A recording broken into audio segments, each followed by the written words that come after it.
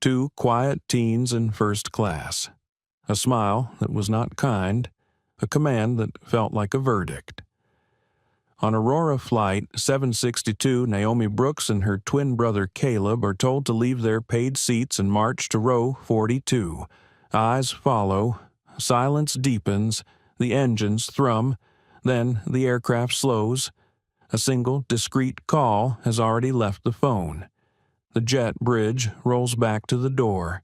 A man in a dark suit steps on board. The cabin holds its breath. Who decided these kids did not belong?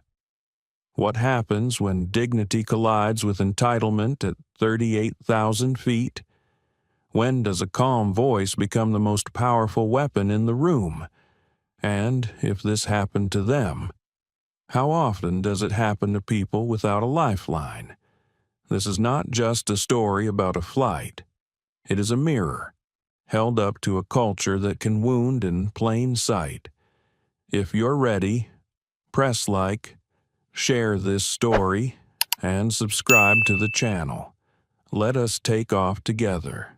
The low, steady hum of the Boeing 787 Dreamliner was like background music, barely noticeable to anyone who had flown often.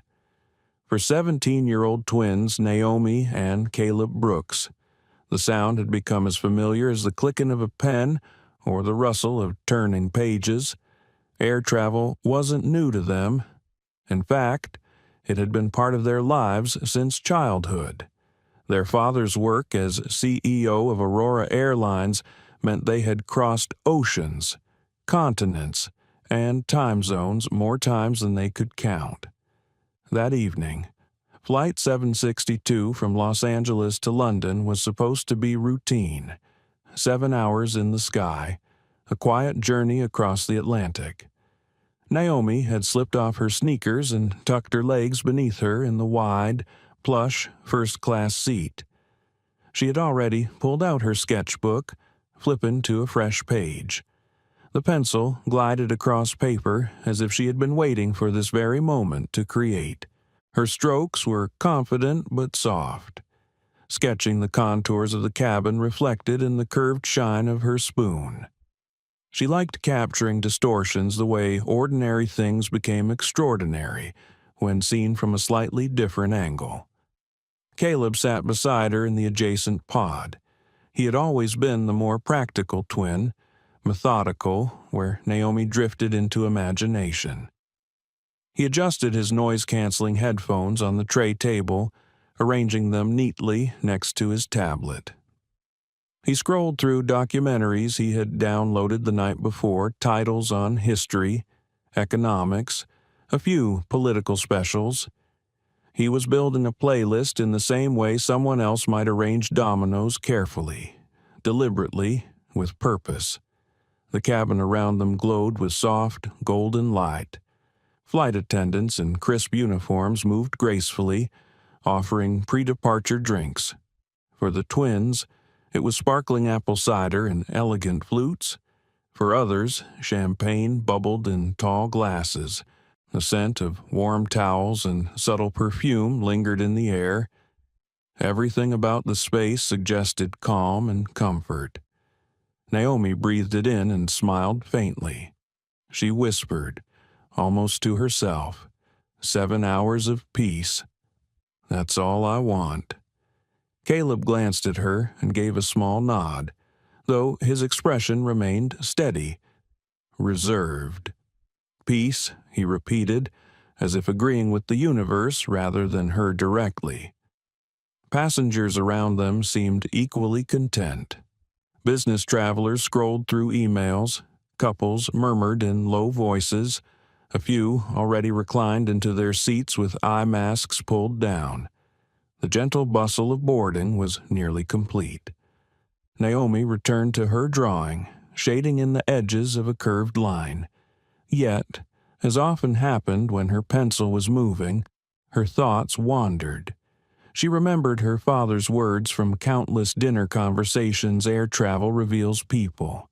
The patient ones, the entitled ones, the ones who smile at strangers, and the ones who never look beyond themselves. He had said it so often it had become a kind of mantra. Tonight, she thought, everyone seemed to fall into the patient category, and she was glad. Caleb leaned back, his mind moving along different tracks. He liked order, he liked plans going smoothly, and for once, it seemed like nothing would interfere. His hands rested calmly on the armrest, but deep down he carried the same unspoken wish as Naomi that the flight would remain exactly as it was, quiet, civilized, uneventful. But the universe rarely listens to such wishes. A flight attendant stopped by their row, placing 2 small bowls of mixed nuts on the counter of their pods. She smiled politely, her eyes flicking between them. Naomi thanked her warmly. Caleb did the same, his tone polite but slightly more restrained. The attendant nodded, moving on. Naomi watched her leave, then whispered to her brother, "Do you ever feel like people look at us just a little longer, like they're trying to place us somewhere we don't belong?" Caleb's jaw tightened slightly, though his expression didn't fully shift. "I notice," he admitted, "but I also know it's not our job to make them comfortable with who we are." Naomi stared at him, her dark eyes searching his face. She wanted to believe the calm certainty in his voice. She wanted to hold on to the strength she always admired in him, but a sliver of unease lingered in her chest. She tucked it away, burying it beneath her sketching. The boarding process slowed. A few last-minute passengers filed in, lugging carry-ons and checking seat numbers. The quiet hum of conversation filled the cabin again, low and indistinct, a chorus of lives intersecting in one metal tube hurtling across the sky. And then there was silence. Not complete silence, the engine still hummed. The intercom still crackled faintly, but the kind of silence that comes when a new presence shifts the air in the room.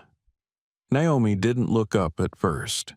She was shading the wing of her spoon sketch. But Caleb noticed.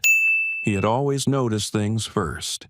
A figure in expensive heels, dripping with gold jewelry, paused at the front of the first-class aisle. The woman's posture alone carried weight, as if she expected the cabin to bend to her will.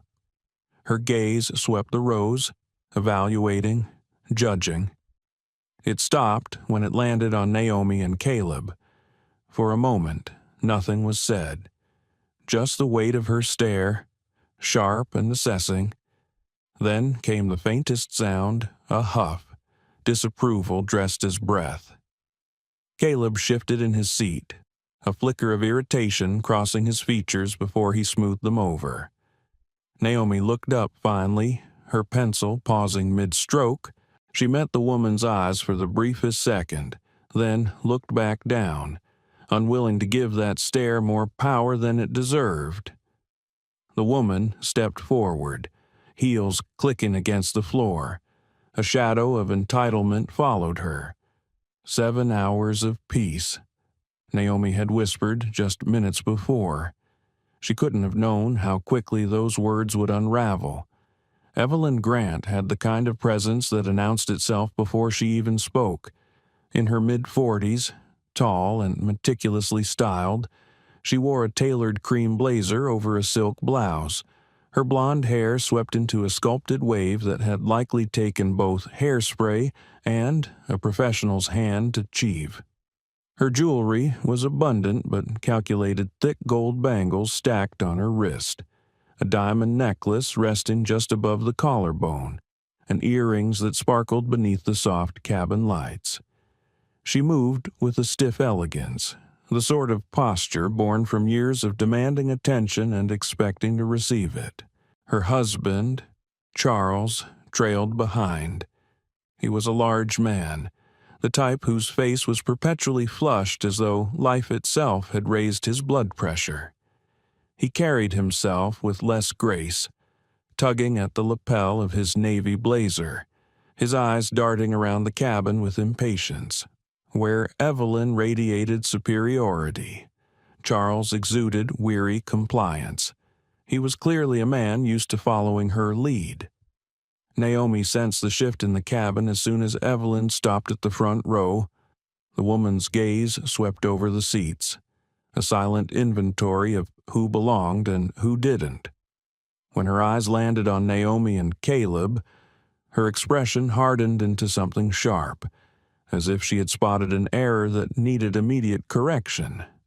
For a second, Naomi thought she must be imagining it. People looked at her and her brother all the time, sometimes with curiosity, sometimes with admiration, and sometimes with something less kind. But this stare, it was deliberate, heavy, judgmental. She felt it in her chest, pressing down like weight. Caleb noticed, too. He sat a little straighter, his jaw tightening just enough for Naomi to catch. He didn't look away. If anything, he leaned into the woman's glare with a calm, unblinking steadiness that only made her lips tighten further. Evelyn raised her hand with a sharp motion, summoning the nearest flight attendant as if she were hailing a cab. The attendant, a younger woman, paused, unsure, then nodded quickly. "I'll get the lead attendant for you, ma'am." Within moments, Monica Hayes arrived, in her crisp navy uniform, hair pulled into a bun so tight it seemed to stretch her forehead. Monica carried the air of authority that senior crew members often wore like armor. She had been with Aurora Airlines for over 15 years and prided herself on running her cabin with order. Rules mattered to her. Appearances mattered even more. "Yes, Mrs." Grant Monica said smoothly, though her tone was a mixture of courtesy and calculation. Evelyn pointed a manicured finger toward Naomi and Caleb, her red nail catching the light like a warning signal. "There seems to be a mistake," she announced, her voice carrying through the first-class cabin like the chime of a bell. Passengers stirred, eyes shifting toward the direction of her finger. "Those children are in our seats." A hush fell over the immediate rows. Naomi froze, pencil still between her fingers. Caleb's brows furrowed slightly, though he remained calm. Monica followed the line of Evelyn's finger, her eyes settling on the twins. She smiled, but the expression didn't reach her eyes. "I see," she said carefully. "Let me take a look." Caleb was ready. Without hesitation, he lifted his boarding pass from the side pocket of his seat. His voice was polite, measured. "We're in 3A and 3B. He said, "Our passes are correct." Monica took the pass, glanced down, then at her tablet. She nodded once, but her smile thinned. "Yes, I see that," she replied, her tone clipped. She turned back to Evelyn. "May I see your passes, Mrs." Grant Evelyn's husband fumbled in his jacket, producing 2 glossy tickets with a sigh of exaggerated inconvenience. He handed them to Monica. She scanned them, and her brows lifted. "These are for 2A and 2B," she confirmed. "Exactly," Evelyn said triumphantly, her eyes snapping back to the twins. "So what are they doing in our cabin?" Naomi blinked in disbelief. She wanted to speak, but the lump in her throat stopped her. Caleb reached for her hand under the armrest, giving it a reassuring squeeze. Monica hesitated. The logical conclusion was clear. The Brooks twins were in their rightful seats. The Grants were in theirs.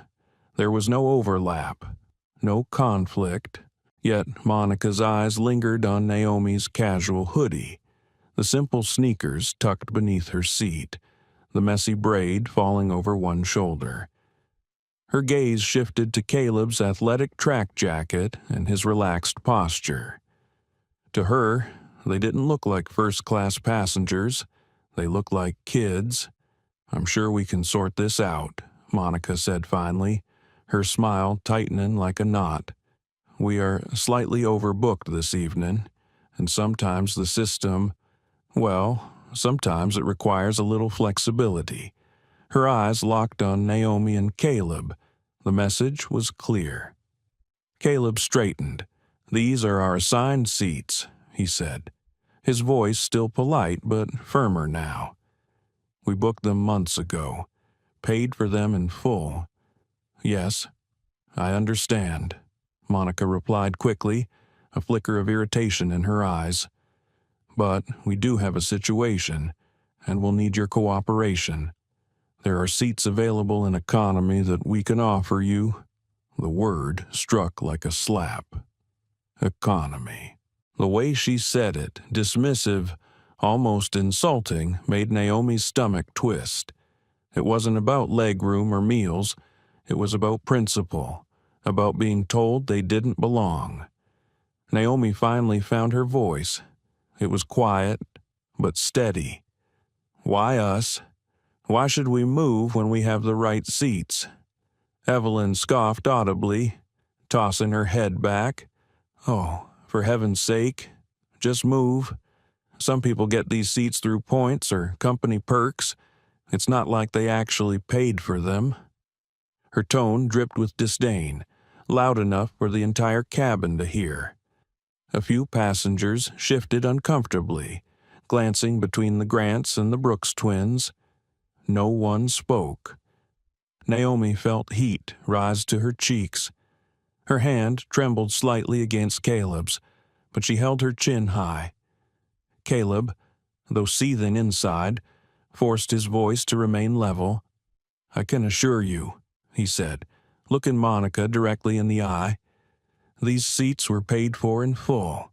We are not moving." Monica's smile vanished. In its place came a mask of cold authority. "Sir," she said firmly, her tone sharp enough to cut, "I am not asking. I am telling you. You need to comply with crew instructions or risk being removed from this aircraft." The threat hung in the air. Naomi's heart pounded in her chest. Removed. For sitting in their own seats. The injustice was staggering. She wanted to scream, to stand up and demand fairness. Instead, she gripped Caleb's hand tighter, as if drawing strength from him. Caleb's mind raced. Every instinct screamed at him to resist, to push back, to refuse. But he heard their father's voice in his head, calm and steady. "Never lose your cool. Your mind is your sharpest weapon." He drew in a breath, forcing down the fury rising in him. His eyes flicked to Evelyn, who was watching with smug satisfaction. Her lips curved in a victorious smirk. Then back to Monica, who stood waiting like a judge about to hand down a sentence. "Fine," he said quietly, his voice tight with restrained anger. "Come on, Naomi." The cabin seemed to exhale all at once. Naomi rose slowly, her shoulders heavy with humiliation. Together, the twins gathered their belongings. The silence in the cabin was unbearable, broken only by the faint shuffling of their bags.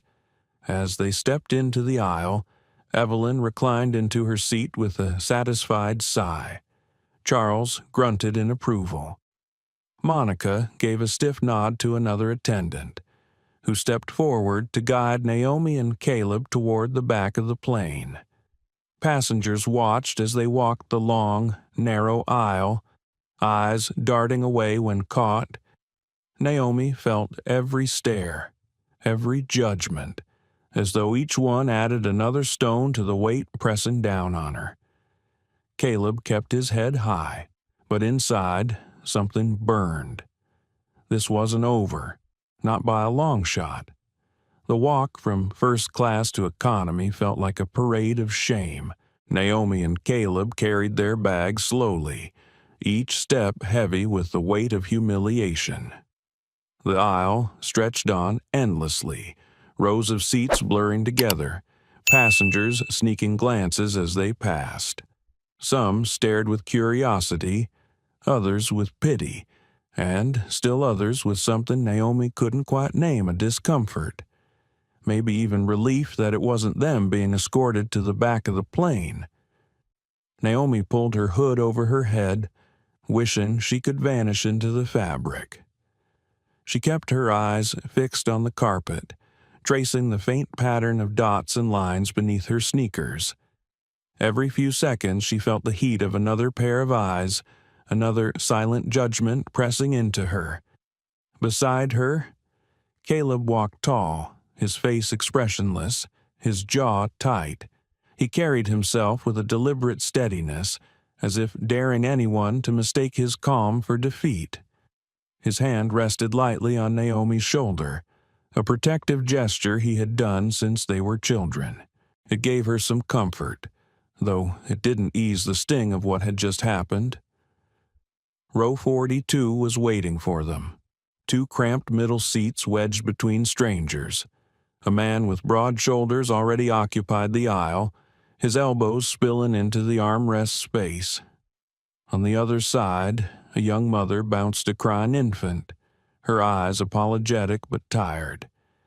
The contrast between this crowded corner and the spacious first-class pod they had been forced to abandon could not have been more stark. The flight attendant guiding them gave a quick, polite smile that looked more like an apology than reassurance. "Here you are," she said quietly before slipping away. Naomi sank into her seat, pulling her backpack onto her lap. Her shoulders trembled. She pressed her face into the hood of her sweatshirt, trying to shield herself from the world. Caleb slid in beside her, his movements precise, his breathing steady. For a moment, neither spoke. The baby cried. The man beside Caleb snored softly, already dozing despite the commotion. Naomi's chest felt tight, each breath shallow. Finally, she whispered, "It's not fair." Her voice cracked, barely audible over the noise of the cabin. "We paid for those seats. We didn't do anything wrong, and they all just watched, like we were the problem." Caleb closed his eyes, exhaling slowly. He could feel his own anger simmering beneath the surface, threatening to boil over, but he forced it back, the way he always did. "I know," he murmured. "I know, Naomi, but don't let them win by breaking you down. That's what they want." Naomi turned her face toward him, her eyes red-rimmed but fierce. "So what? We just sit here, pretend like it's fine." Her words pierced him. Caleb had no easy answer. Part of him wanted to rise, storm back to the front, demand justice until the entire cabin recognized the truth. But another part of him heard his father's voice, steady and calm, repeating the lesson he had lived by. Never lose control. Never give them the satisfaction of seeing you unravel. Caleb rested his elbows on his knees, pressing his hands together as if holding back the fire in his chest. He thought of their father, David Brooks, a man who had built an empire by combining patience with precision. He treated every person from executives in suits to baggage handlers on the tarmac with the same respect. Caleb admired that deeply. Tonight, though, he wondered if even his father would have remained calm in the face of such blatant injustice. Naomi leaned against him, her voice trembling but steadying with each word. She looked at us like we were less than her, like we didn't belong there because of who we are. And Monica. She didn't even care about the truth. She just wanted us gone. Caleb swallowed hard. "That's the world sometimes," he said, though the words tasted bitter on his tongue. "But it doesn't mean it's right, and it doesn't mean we can't fight it. Naomi's head lifted slightly. Then fight it. Caleb, don't just sit here. Do something. He looked at her, at the fire in her eyes, the plea in her voice. His heart ached with both anger and love. He wanted to shield her from the ugliness of it all, but he also knew she was right. Silence wouldn't make the problem vanish. Silence only gave power to people like Evelyn Grant. Caleb reached into his pocket, pulling out his phone. The cabin announcements had already instructed everyone to switch to airplane mode, but he had a few moments before takeoff. His thumb hovered over the contacts list. For a second, he considered calling their father directly, but then he remembered the rule. No personal calls at work unless it was an emergency. David Brooks had built his life on discipline, and Caleb respected that. Still, this wasn't just personal. It wasn't just about two kids being humiliated. It was about the values of the company his father had poured his soul into. A company that was supposed to represent fairness, respect, and dignity. Caleb scrolled to another name, Eric Zhang, his father's chief of staff, a man known for handling sensitive matters with absolute efficiency. If anyone could reach their father discreetly, it was Eric. Naomi watched him, her brows furrowed. "What are you doing?" Caleb glanced at her, his expression steady now, a quiet fire behind his eyes. "I'm lodging a complaint," he said softly, "the highest one I can make." He began typing, his fingers quick and precise. "Eric, apologies for the urgent message. Naomi and I are on Aurora Airlines Flight 762 Los Angeles to London. We were forcibly moved from our paid first-class seats, 3A and 3B, to economy row 42 by lead attendant Monica Hayes, following a complaint initiated by passenger Evelyn Grant in 2A. The reason given was an overbooking issue, but the implication was clearly discriminatory. We were threatened with removal from the flight if we didn't comply. This is unacceptable. Please inform my father. This needs immediate attention. Caleb Brooks." He read the message twice, ensuring it was clear, factual, and calm despite the storm inside him. Then he hit send. The phone buzzed with a delivery confirmation just as the plane's engines rumbled louder, preparing for taxi. Caleb switched to airplane mode and slipped the phone back into his pocket. Naomi searched his face, her eyes wide with both hope and fear. "Do you think it will work?" Caleb gave her hand a reassuring squeeze. "It will be heard. That's enough for now." Naomi leaned back, still shaken but steadier with the knowledge that they hadn't stayed silent. The injustice remained heavy, but now it wasn't festering inside them. It had been named, exposed. As the aircraft doors closed with a resounding thud and the safety announcements began, the twins sat side by side in their cramped seats. The baby cried. The man snored. The engines roared. And deep inside, Caleb felt the knot of helplessness loosen ever so slightly. He had taken the first step. Now, all they could do was wait. They had no idea just how quickly the ripple of that single message would spread. Row 42 was not just cramped. It was a reminder, every second, of what Naomi and Caleb had lost. Gone were the soft lights, the wide pods, the quiet hum of whispered conversations over champagne. Here, the air felt heavier, tinged with the scent of reheated meals. The seats were closer, the armrests narrow, the aisle crowded with people still searching for overhead space. The difference was more than physical. It was emotional. Naomi sat with her arms crossed tightly, her hood still pulled low over her face. She wanted to disappear every time she closed her eyes.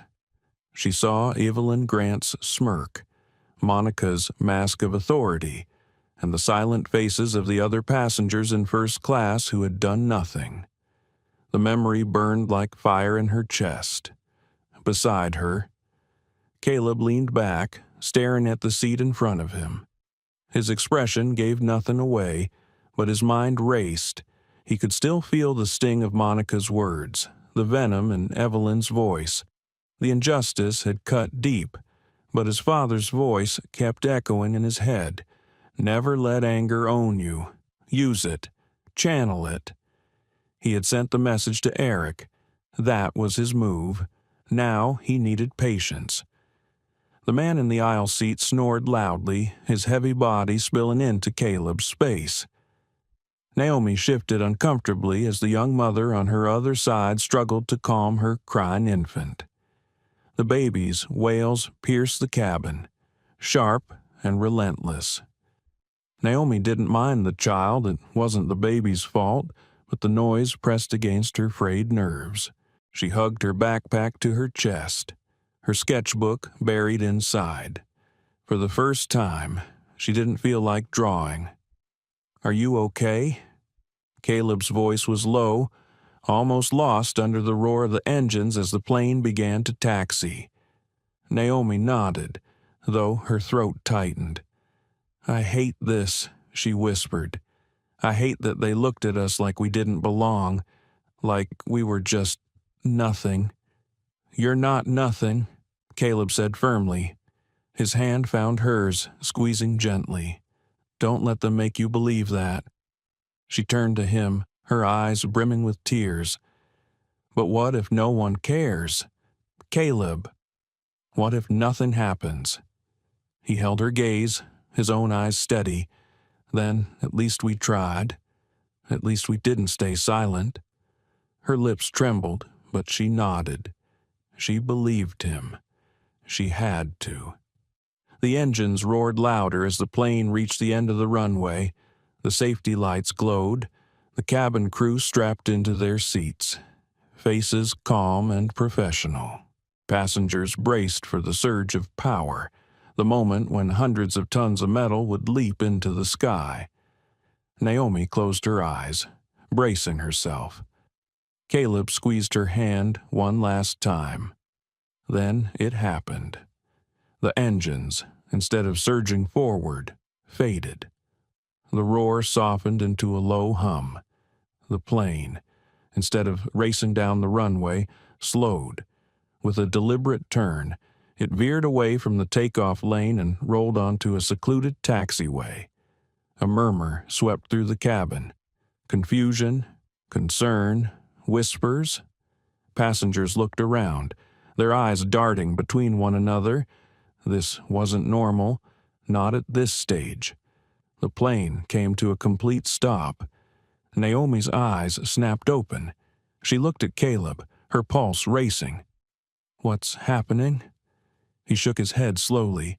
His expression was calm, but deep inside, his heart pounded just as fast. "I don't know," he murmured, "but something's wrong. Or maybe something's right." The intercom crackled. The captain's voice, smooth and professional, filled the cabin. "Ladies and gentlemen, this is your captain speaking. We apologize for the unexpected maneuver. We've just received instructions from our ground operations here in Los Angeles. We are to hold our position on the tarmac. At this time, I have not been given a reason for the delay, but I can confirm the order came directly from the Aurora Airlines Executive Command Center. I'll provide more details as soon as I have them. For now, please remain seated with your seat belts fastened." The words hung in the air like smoke. Executive Command Center. It was not a phrase passengers heard every day. It sounded heavy, serious, unusual. The murmurs grew louder. A man 2 rows ahead muttered about missing his connection. A woman across the aisle clutched her phone anxiously. Even the flight attendants exchanged uneasy glances as they moved down the aisle, whispering in hushed tones. Naomi turned to Caleb, her eyes wide. "Executive Command Center, Caleb. Do you think—" He allowed himself the smallest of smiles. "Maybe." Naomi's pulse quickened. For the first time since being forced out of their seats, a spark of hope flickered inside her. Maybe Caleb's message hadn't vanished into the void. Maybe someone was listening. Up front. Evelyn Grant tapped her diamond ring impatiently against the armrest. She leaned toward Charles, her voice sharp enough to carry, "This is ridiculous. First, they can't even seat us properly, and now we're sitting on the ground like cattle. Honestly, what is wrong with this airline?" Charles mumbled something that sounded like agreement, though his eyes darted nervously around the cabin. He was no longer as comfortable as he had been minutes before. Meanwhile, Monica Hayes stood in the galley, frowning at her crew tablet. A new message had just pinged, short and cryptic. "Report to the forward galley now." Her stomach tightened. She walked briskly to the front, heels clicking against the floor. There. She met the chief purser, a woman named Lydia with decades of experience. Lydia's face was pale, her eyes wide. "What's going on?" Monica asked, her voice low, sharp with tension. Lydia leaned closer, her words a whisper. "I just got a call. Directly from the director of in-flight services. He wanted a name." Monica frowned. "A name? What name?" "Who the lead attendant is in this cabin." Lydia's eyes locked on hers. "I gave him yours." Monica felt her stomach drop, and then he asked if there had been any seating reassignments in first class prior to departure. Monica's mouth went dry. She swallowed, trying to mask the dread creeping into her chest. "What did you tell him?" "The truth," Lydia said firmly. "That you reported an error and moved 2 passengers to economy to accommodate the Grants." Monica stared at her, the blood draining from her face. "And what did he say?" Lydia's expression hardened. She spoke the words carefully, like a verdict. He said, and I quote, "Ground the plane immediately." Monica's breath caught in her throat. Ground the plane. Over a seating dispute, it was unthinkable. Unless... Her mind flashed to the twins, to the calm defiance in Caleb's voice, the quiet dignity in Naomi's eyes. They hadn't looked like children who could be pushed aside so easily. There had been something in the way Caleb held her gaze, steady and unyielding. Something she hadn't recognized at the time but now gnawed at her with cold certainty. Who were they? The cabin door suddenly hissed. The jet bridge, which had been pulled back for departure, began to extend again. Gasps rippled through the first-class section as passengers peered out the windows, watching the walkway slowly reconnect to the plane. Evelyn sat up straight, frowning. Are they letting someone on? What in the world is going on now? No one answered her. In row 42, Naomi gripped Caleb's hand, her heart pounding. "Caleb." He looked at her, his face calm, but his eyes alight with quiet fire. "It's happening," he said softly. Naomi's breath hitched. She didn't know what was about to unfold, but for the first time that night, she felt the weight of humiliation lift ever so slightly. Something was shifting. The plane was no longer moving forward, but the tide of justice was... The door opened, cool night air spilled into the cabin, and a man in a dark tailored suit stepped inside, his presence commanding immediate silence. The storm had arrived. The cabin door opened with a heavy metallic click, and all conversation died at once. The hiss of cool air rushed inside, stirring the tension that already gripped the passengers. A man stepped onto the aircraft, tall, broad-shouldered. His dark suit cut sharply enough to suggest power without needing to say a word. His shoes gleamed against the aisle floor, and in his hand he carried only a slim leather portfolio. He paused at the threshold, his eyes sweeping across the first-class cabin with deliberate precision. The way he held himself made it clear he wasn't a flight attendant, nor an ordinary operations manager. He was something else, someone important. Naomi felt her heart stutter in her chest. From row 42 she craned her neck, trying to catch a glimpse through the forest of seats ahead. Caleb leaned forward slightly, his eyes narrowing as he studied the man's commanding presence. Neither of them knew his name, but both instinctively understood that whoever he was, he hadn't come for a routine inspection. The man's gaze locked on Monica Hayes almost instantly. He didn't need anyone to point her out. His stride was calm but purposeful as he approached the forward galley where she stood stiffly, trying to compose herself. Monica Hayes. His voice was deep, steady, carrying easily through the hush of the cabin. Her mouth went dry. "Yes, sir," she managed, though her voice cracked slightly. He extended a hand, not in greeting, but in confirmation. "Jonathan Pierce, Vice President of North American Operations." The words sent a ripple through the passengers who overheard. A vice president of the airline himself, on the plane. Evelyn Grant's lips parted in surprise, her smug expression faltering for the first time. Even Charles straightened in his seat, color draining from his already flushed face. Jonathan didn't waste time with pleasantries. "Ms. Hayes, I need to speak with you immediately. In private." "Yes, of course," Monica said quickly, trying to maintain her composure. She gestured toward the galley.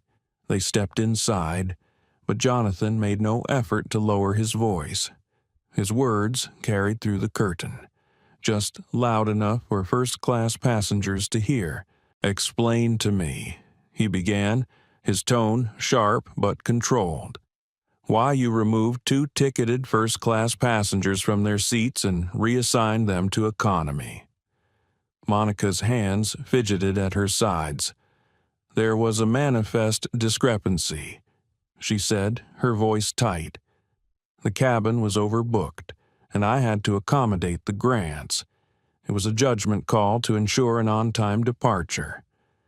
Jonathan's expression didn't change, but his silence was heavier than any outburst could have been. Finally, he spoke again, each word deliberate. "A manifest discrepancy. Is that your final justification?" "Yes, sir," Monica replied quickly. It was the most logical choice at the time. His eyes sharpened. Logical. On what basis? Was it their age, their clothing, or was it perhaps the color of their skin? The bluntness of the question struck her like a physical blow. Monica flinched, her mouth opening and closing without sound. "No, sir. Of course not." "I would never," Jonathan cut her off, his voice rising, carrying clearly into the first-class cabin. "Because it appears to me you made a snap judgment based on prejudice. You didn't see valued passengers. You saw children who didn't fit your idea of first class. And you were wrong." The silence that followed was suffocating. Passengers shifted uncomfortably in their seats. Some looked at Monica with quiet disapproval. Others stole glances at Evelyn, who sat frozen, her hands clenched in her lap. Jonathan stepped out from the galley, his gaze sweeping the cabin once more. His eyes landed on Evelyn. "Mrs. Grant," he said firmly, his voice cutting through the air. "I understand you were party to this seating dispute." Evelyn lifted her chin, trying to recover her composure. "Well, yes," she said quickly, her tone defensive. We were in our assigned seats, and the attendant was simply doing her job. Her job, Jonathan repeated, his voice edged with disdain, is to ensure the safety and dignity of all passengers, not to enforce your personal prejudices, not to humiliate teenagers who were, in fact, in their rightful seats. A flush of red crept up Evelyn's neck.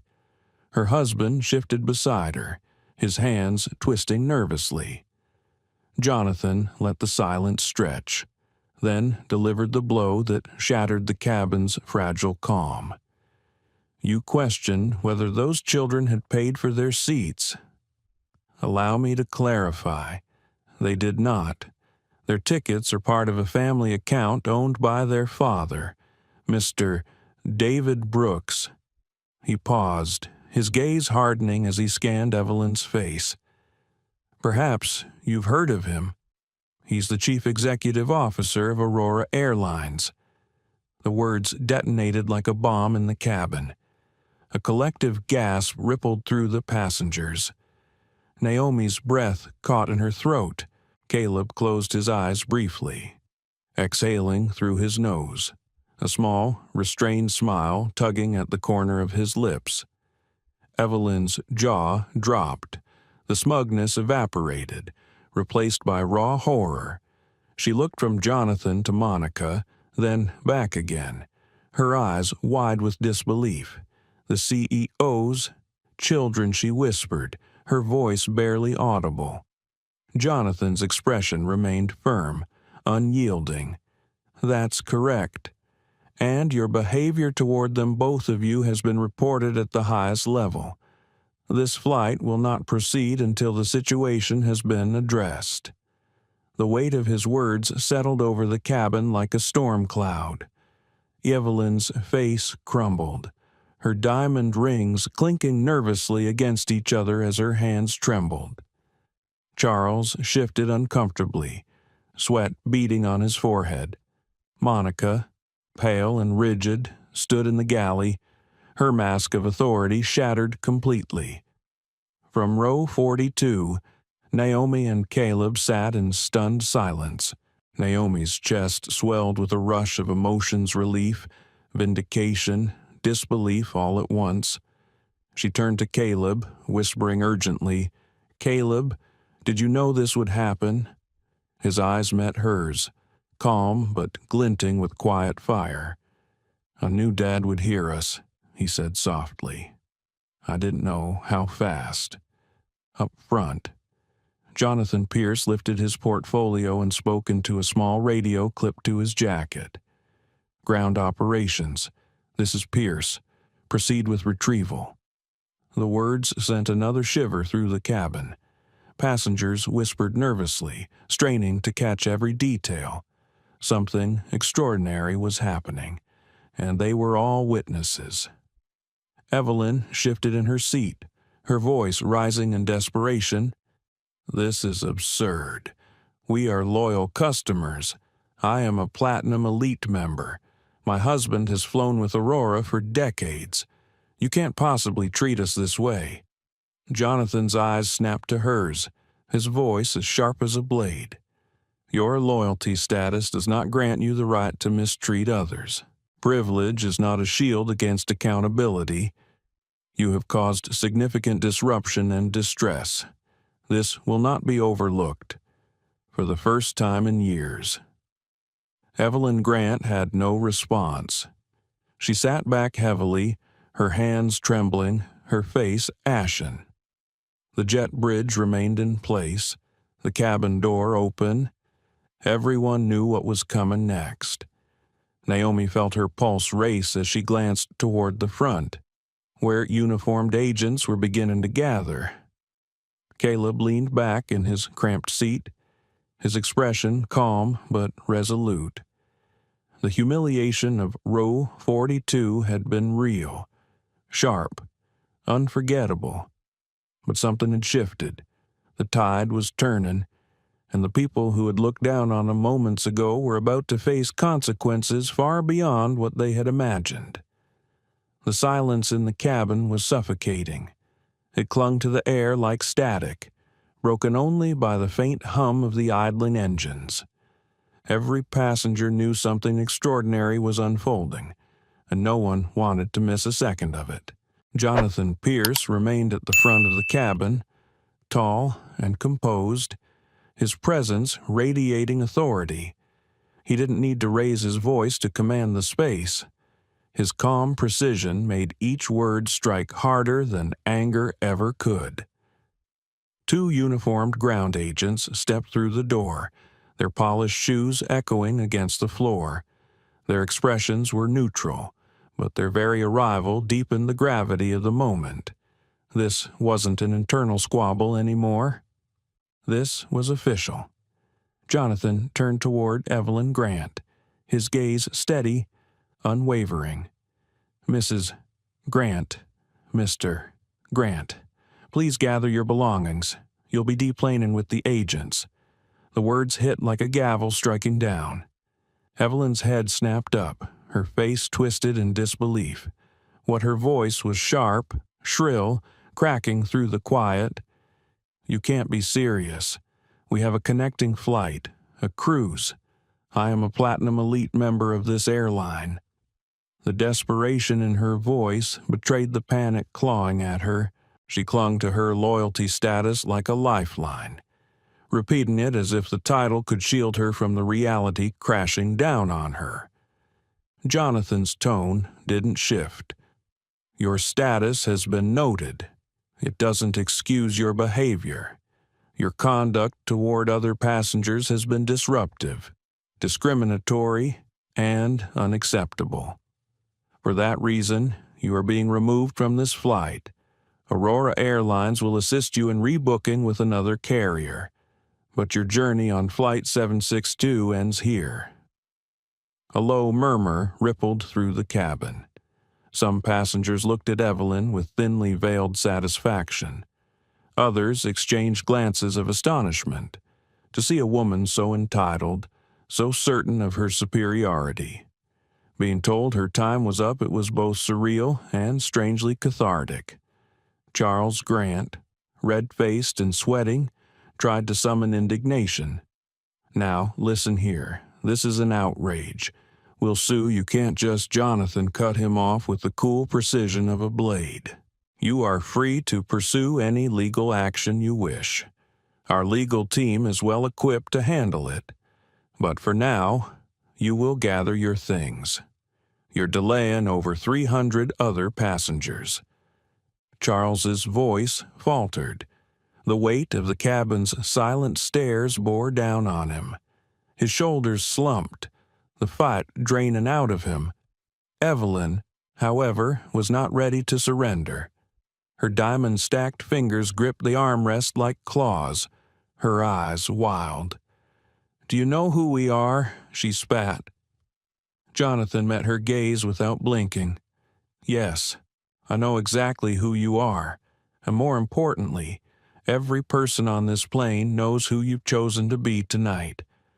The words landed with devastating force. Evelyn recoiled as though struck. The ground agents moved closer, waiting patiently but firmly. One of them lowered the overhead bin, pulling down the Grant's carry-ons with professional efficiency. The sound of zippers and shifting wheels was final, like the toll of a bell. Evelyn's face crumbled. The confident smirk she had worn earlier was gone, replaced by something brittle and raw humiliation.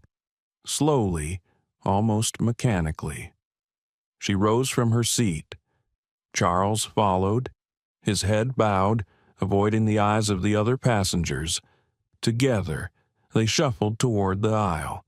As they passed, whispers chased them like shadows. Naomi, watching from row 42, felt her chest tighten. She should have felt triumphant. She should have felt vindicated. But instead, she felt something more complicated, a mixture of relief and sorrow. Relief that justice was being served. Sorrow that cruelty had led to this moment at all. Beside her, Caleb's face remained calm, but his eyes tracked every movement. When Evelyn glanced back for one last time, searching for sympathy in the sea of faces, all she found were cool stares and folded arms. No one rose to defend her, no one pitied her. The Grants disappeared through the cabin door, escorted firmly down the jet bridge.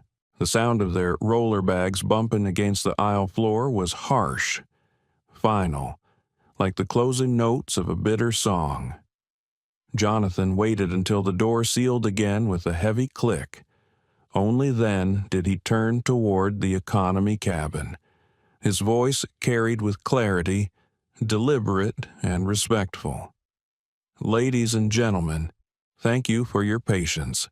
We regret the disruption, but we are committed to ensuring that every passenger on this aircraft is treated with dignity.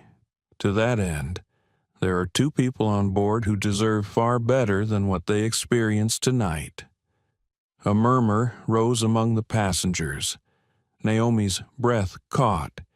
She clutched Caleb's arm, her heart pounding. Jonathan gestured to a junior flight attendant. "Please escort Naomi and Caleb Brooks back to their rightful seats in first class." The words rang through the cabin like a chord of justice. Naomi froze. Her chest swelled with emotion so overwhelming she thought she might break. All the humiliation, all the shame of the walk to row 42. It was being undone, reversed in front of the entire plane, but it wasn't just about being moved. It was about being seen, about having the truth acknowledged publicly. Caleb touched her arm gently, steadying her. "Come on," he whispered. She rose slowly, her legs trembling, her hood slipping back. Every eye in the cabin followed her, but this time the weight felt different. Not judgment, not pity, recognition, vindication. Caleb walked beside her, his posture straight, his expression calm but resolute. Each step was a reclaiming of dignity, a reversal of the shame they had endured. The narrow aisle that had once felt like a gauntlet now felt like a path of quiet triumph. As they passed through the business class section, a few passengers began to clap. The sound was tentative at first, like raindrops on glass. Then it grew, spreading forward. Polite applause turned into steady, deliberate clapping that filled the front of the plane. Naomi's breath hitched. She pressed her hand to her mouth, fighting back tears. Caleb's lips pressed into a thin line, but his eyes softened. By the time they reached first class, the applause had become a wave, a chorus of solidarity echoing through the cabin. Evelyn and Charles were gone, but the sound followed Naomi and Caleb like a tide, lifting them back into the space they had been denied. Jonathan Pierce met them at the front with a respectful nod.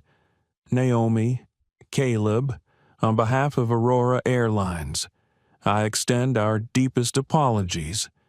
What happened tonight was unacceptable. You should never have been treated this way."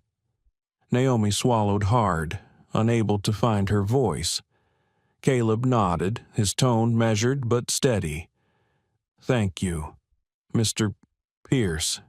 Jonathan gestured to their original seats. Fresh linens had been placed. Champagne glasses cleared. Everything reset as though the earlier humiliation had never happened. "Your seats are ready," he said. "This flight will depart as soon as you're comfortable." Naomi lowered herself into 3A, her hands trembling slightly as she touched the armrest. Caleb settled into 3B, his calm composure finally cracking just enough to let out a deep exhale. For the first time that night, Naomi allowed herself to breathe fully. The cabin lights glowed warm again, but the air felt different, lighter, safer. The applause faded slowly, replaced by a profound silence. A silence not of judgment, but of respect. And though the plane had yet to lift from the ground, Naomi and Caleb knew something extraordinary had already taken flight. When Naomi lowered herself back into her seat in 3A, it felt almost unreal. The plush fabric, the cool glass of water waiting on the console, the soft glow of the reading light, all of it had been theirs from the beginning. Yet, returning to it now felt like stepping onto a stage, every movement deliberate, every breath heavy with meaning. She ran her fingers along the armrest, grounding herself. The very same seat where Evelyn Grant's eyes had pierced her, where Monica's voice had ordered her out, now seemed transformed. No longer a sight of humiliation, it had become a symbol of something reclaimed. Across the console, Caleb settled into 3B. His posture remained calm, almost stoic, but Naomi knew him too well. She could see the subtle rise and fall of his chest, the tightness in his jaw. He was holding it all in the anger, the relief, the vindication.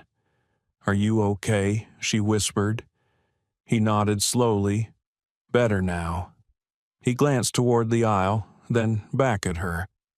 "But I'm not going to forget." Neither of them would. The applause had faded, replaced by a heavy silence. Passengers in the nearby rows shifted uncomfortably, some still staring, others pretending to look away. The atmosphere carried an odd mixture of respect and unease, as though everyone sensed that what had happened was bigger than just a seating dispute. Jonathan Pierce remained at the front of the cabin, speaking quietly into his radio before turning back to Monica Hayes. Her face was pale, her shoulders stiff. She stood frozen in the galley, her hands clasped tightly in front of her like a child awaiting punishment. "Miss Hayes," Jonathan said, his voice calm but sharp enough to cut. "Step into the galley with me." Monica obeyed, her legs heavy, each step echoing with dread. The curtain closed behind them, but Jonathan's voice carried. It was intentional, controlled transparency. "You've been with Aurora for over 15 years. Jonathan began. "That experience should have given you judgment, perspective, and the ability to treat passengers with fairness. Yet tonight, you chose arrogance. You chose prejudice. You chose the easiest targets instead of the right solution."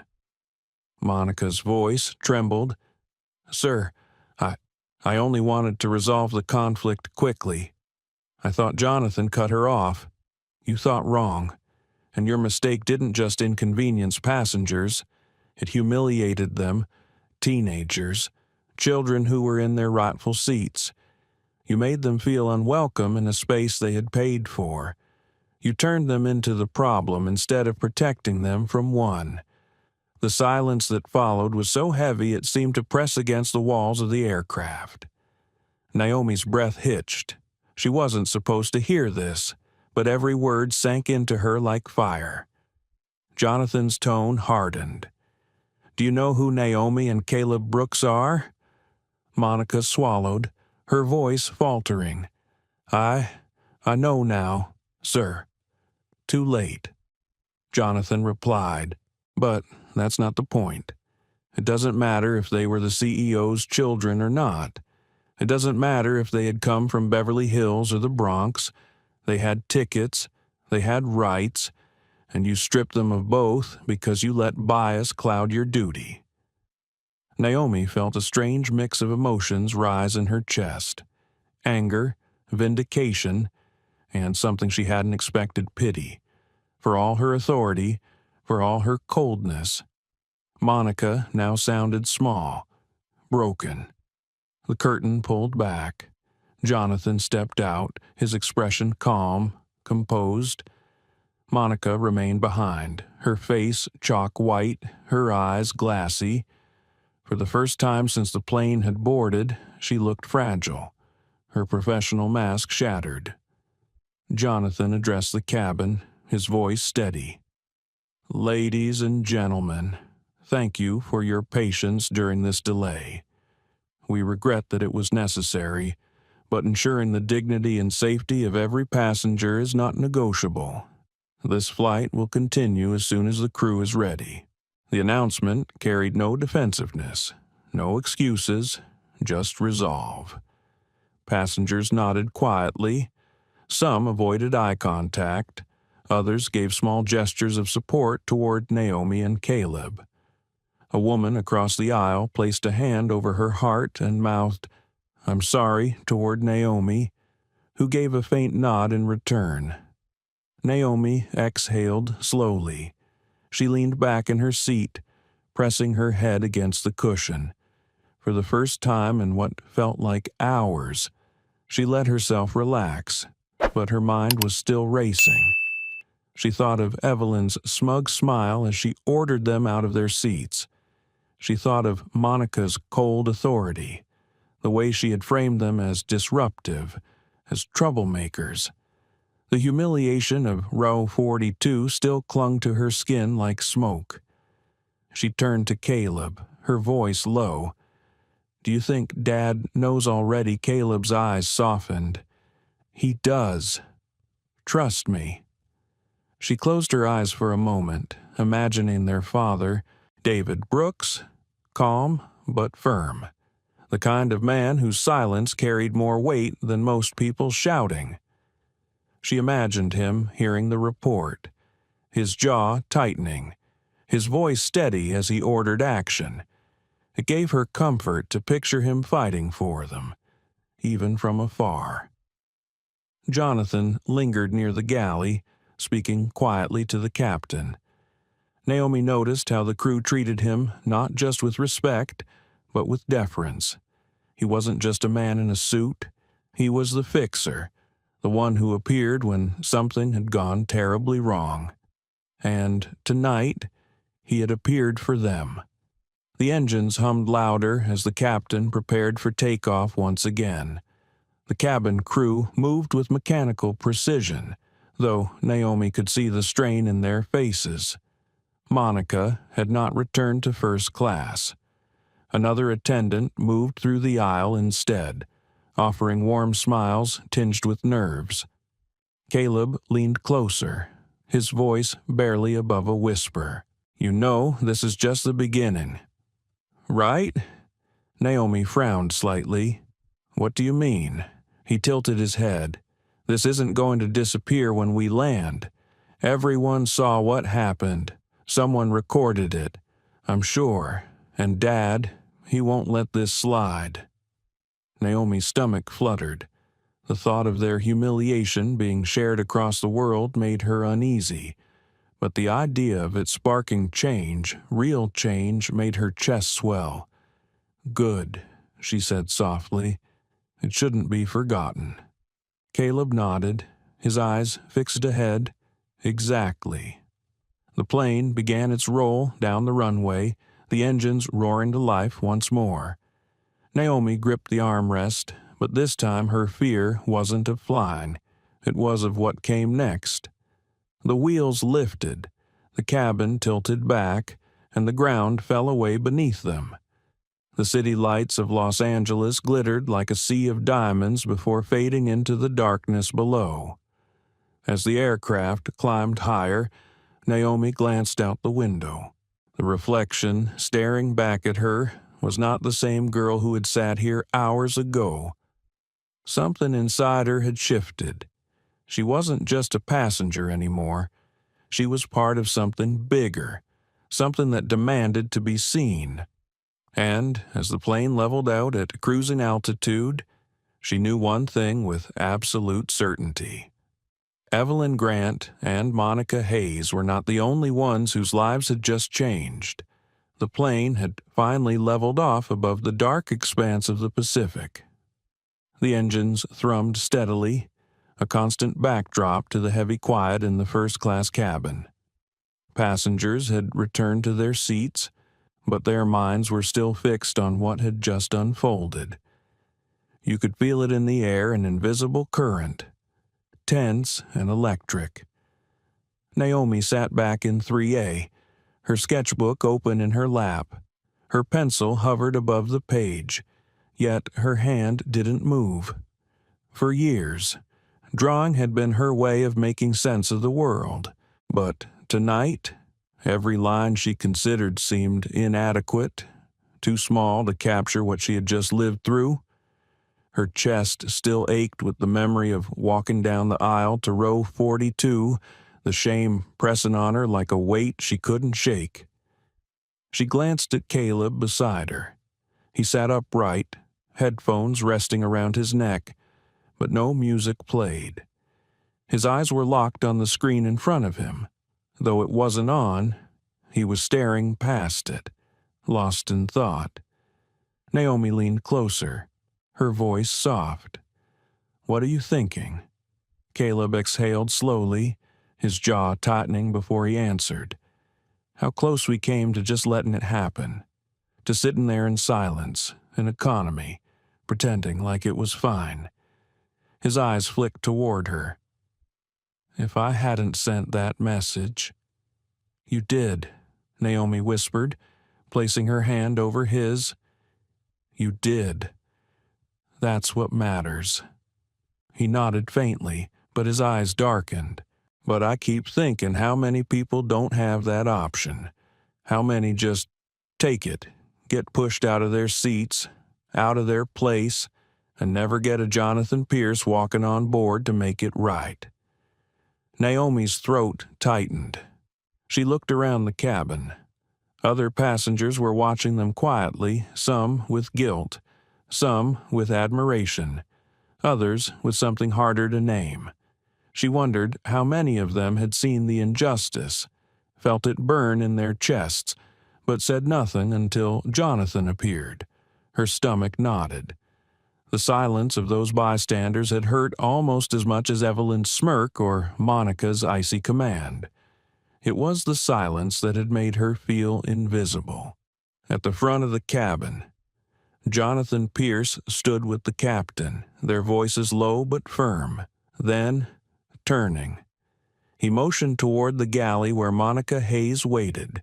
Her uniform was crisp, her posture upright, but the tremor in her hands betrayed her. Jonathan gestured for her to follow him into the small service area. The curtain swished shut, but the hushed voices carried just enough for those in first class to catch fragments. "Monica," Jonathan began, his tone calm but heavy with finality. "I've reviewed the situation. There's no ambiguity. The choices you made tonight were unacceptable." Her voice cracked as she tried to defend herself. I was under pressure. The Grants were insistent, and I thought—" "You thought wrong," Jonathan said firmly, cutting her off. "Pressure does not excuse prejudice. You humiliated 2 young passengers, threatened them with removal, and attempted to cover it as procedure. That's not leadership. That's failure." Naomi's pulse quickened. She pressed her palms against her knees, her body taut. Hearing Monica's excuses felt like reopening a wound. She wanted to shout through the curtain, to ask Monica how it felt to be dismissed, how it felt to have your worth questioned with a single look. But she stayed quiet.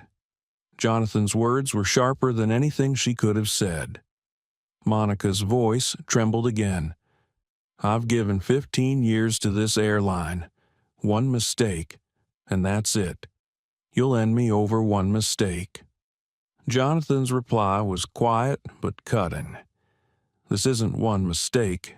This is a culmination of choices, small dismissals, unchecked biases, a pattern of seeing some passengers as less than others. Tonight simply made it undeniable. I don't end careers. Monica, people's choices do that themselves." A long silence followed. When the curtain finally pulled back, Monica emerged, her face ashen, her eyes red-rimmed but dry. She didn't meet anyone's gaze.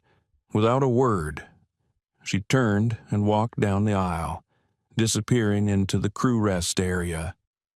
Naomi exhaled sharply. For the first time, she felt the balance tilt completely. Evelyn was gone. Monica was broken, and she and Caleb were back in their rightful place.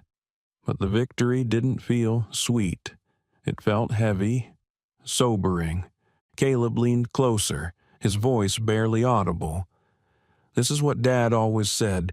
Isn't it power shows who you are when no one's watching?" Evelyn had it, and she used it to push us down. Monica had it, and she used it to please the loudest voice. And Jonathan, he used it to stand us back up. Naomi's eyes burned, but she blinked the tears away. "And you," she whispered, "you used it when you sent that message." Caleb's lips tightened into the faintest smile. He didn't reply, but she saw the acknowledgement in his eyes. The cabin lights dimmed as the crew prepared for meal service. The hum of conversation resumed in low waves, passengers speaking in careful whispers. Naomi overheard fragments. CEO's kids, never seen anything like it. She really thought she could get away with it. Some of the whispers stung, especially the ones that seemed fascinated more by the scandal than the injustice. But others warmed her heart. A businessman in 4C leaned across the aisle and told his neighbor, "Good for them. They handled it better than I would have at that age." Naomi's chest swelled, not with pride, but with something deeper, a sense of being seen. Finally, as more than just kids in track suits. Dinner was served, though Naomi barely touched hers. The aroma of a roasted chicken and fresh bread filled the cabin, but her stomach remained tight. Caleb ate mechanically, his thoughts clearly elsewhere. After the trays were cleared, the lights dimmed further, casting the cabin in a hushed, twilight glow. Most passengers reclined, some pulling blankets over themselves. The chaos of the evening had drained everyone, leaving behind a fragile quiet. Naomi reached for her sketchbook again. This time, the pencil touched paper. Her hand moved almost on its own, guided by the storm inside her. The lines formed quickly a narrow aisle. Heads turned, two figures walking with their backs straight despite the weight of shame pressing down on them. Row 42. She shaded it dark, heavy, claustrophobic. Then, above it, she drew light, widening into space, two seats at the front glowing like a stage. Caleb glanced at the page, his lips parted slightly, his eyes softening. "That's it," he said quietly. "That's exactly how it felt." Naomi gave a small nod, her hand never stopping. For the first time since boarding, she felt her chest loosen. She was telling their story, even if only to herself. At the front of the cabin, Jonathan Pierce remained seated, his presence steady, like a sentinel. Naomi wondered if he ever rested, or if he lived permanently in that space between calm and command. He had entered their nightmare and turned it on its head, not with shouting, not with force, but with truth and authority. She wondered what he thought of them. Two kids who could have been ignored, erased, forgotten, yet here they were, with the weight of an entire company bending toward their defense. Naomi closed her sketchbook gently and leaned back, her eyes heavy. Caleb adjusted his seat, finally putting on his headphones. A low murmur of music drifted faintly, soothing the sharp edges of the night. The flight pushed on into the darkness, the ocean stretching endlessly below, and though the plane was quiet, the silence was no longer suffocating. It was purposeful. It was the silence of people who had witnessed something they would not forget. For Naomi and Caleb, the scars of Row 42 would remain, But tonight had also carved something new into them, the certainty that their voices mattered, even when the world tried to make them small. The cabin lights glowed in soft amber, a lull that encouraged passengers to close their eyes and drift into uneasy rest. But, despite the calm, no one had truly forgotten the energy in the first-class cabin. In fact, the entire aircraft still pulsed with the aftershocks of what had unfolded. Naomi sat reclined in her pod, her blanket tucked under her chin, her sketchbook balanced lightly across her lap. She had drawn until her hand cramped, pouring her humiliation and vindication onto the pages. Each line was raw, jagged, alive. Now she stared at the most recent sketch, two silhouettes in the middle row of economy, their outlines shrinking beneath the towering presence of indifferent strangers around them. The page itself looked claustrophobic. She had pressed the pencil so hard the strokes had nearly torn the paper. She closed it slowly, as if closing a wound. Across from her, Caleb adjusted his seat. He had his headphones on, but the tablet screen in front of him still displayed the flight map, tiny airplane inching its way across the Pacific. He wasn't watching a movie, wasn't reading, wasn't resting. He was thinking. Naomi tilted her head toward him.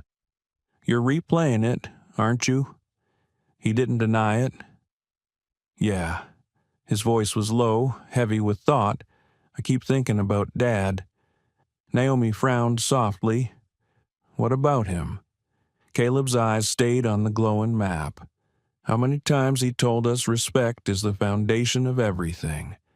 Doesn't matter who you are, where you come from, what you're wearing. Everyone deserves it. That's how he built the airline. That's what he taught us. And tonight," he trailed off, jaw tightening. Naomi finished the thought for him. "Tonight, we saw what happens when someone forgets that." Caleb finally turned to her. His eyes were sharp, filled with quiet fire. "Exactly. And the thing is, Naomi, Dad built a system, training, policies, all of it. But none of it matters if people like Monica ignore it the second someone like Evelyn starts making noise." Naomi sighed. "It's bigger than her, though. It's all those people who watched and said nothing. All those eyes on us when we walked to row 42. No one spoke up.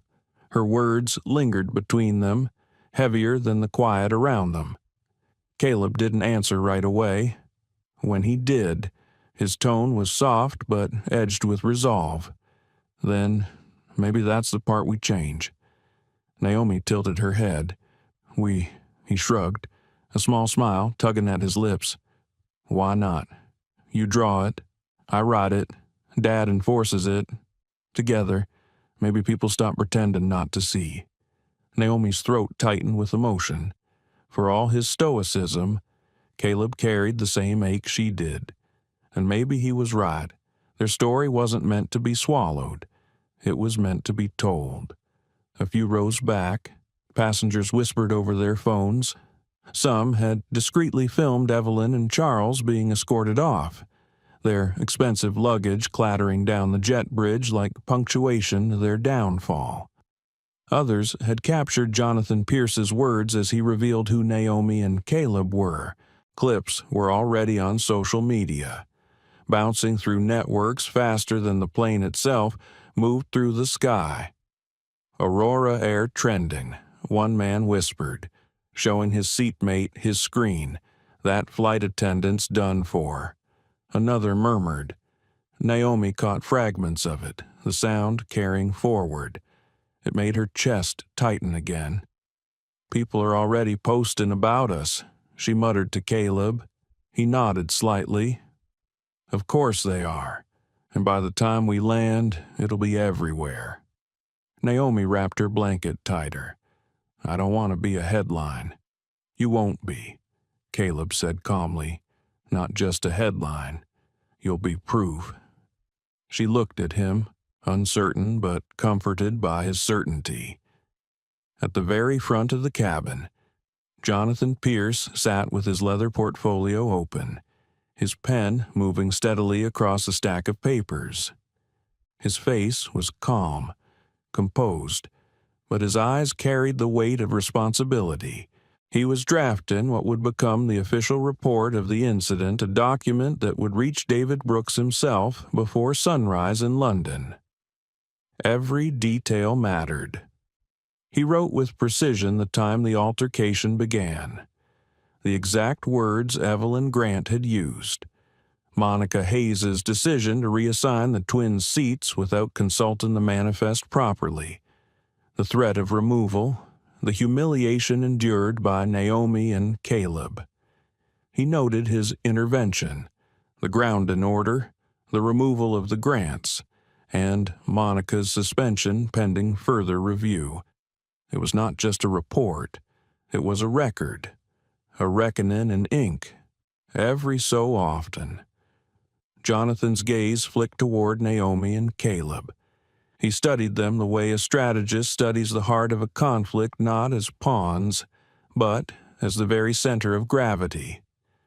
He saw Naomi's trembling hands as she closed her sketchbook, Caleb's steady composure masking a storm inside.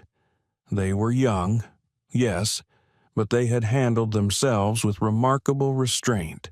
He thought of David Brooks, the man who had built Aurora Airlines from a single regional carrier into a transcontinental giant. Jonathan had worked with him for years, admired his uncompromising principles. Tonight, those principles had been tested in the most personal way possible. Jonathan tapped his pen against the paper, his expression unreadable. He knew one thing when David read this report. The ripples would become waves. Back in 3A. Naomi finally leaned back, closing her eyes.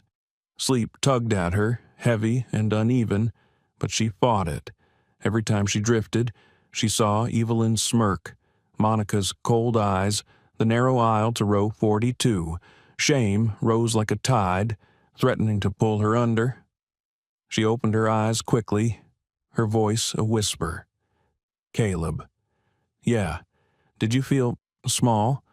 When she made us move, Caleb hesitated. His throat worked before he answered. Yeah. For a moment, his voice cracked just enough to betray the truth. But then I remembered something Dad told me once. He said people can only make you feel small if you let them convince you you're powerless. And we're not powerless. Naomi, not tonight. Not ever. Her eyes burned, but this time the tears didn't fall. She nodded slowly. Then let's never forget that. Caleb reached over and squeezed her hand under the console. Deal. Hours stretched on. The cabin dimmed. The Pacific miles passed, but sleep remained distant. Passengers shifted restlessly. Attendants moved softly down the aisles. Jonathan continued writing. Naomi finally drifted off near dawn, her sketchbook clutched to her chest, while Caleb remained awake, eyes fixed on the map, mind fixed on the future, because he knew his sister was right. What happened tonight wasn't just about 2 seats in first class. It was about something much bigger, and when the wheels touched down, the world would know it too. The first sliver of dawn stretched across the horizon as Aurora Flight 762 descended into Heathrow. The soft light filtered through the oval windows, painting the cabin in pale gold. Passengers stirred, adjusting seats and fastening belts, their voices hushed as if the entire plane still carried the weight of the night before. Naomi blinked awake as the announcement chimed. She sat up slowly, the blanket sliding from her shoulders. Her neck ached from dozing in fits, but her heart pounded as soon as she remembered where she was.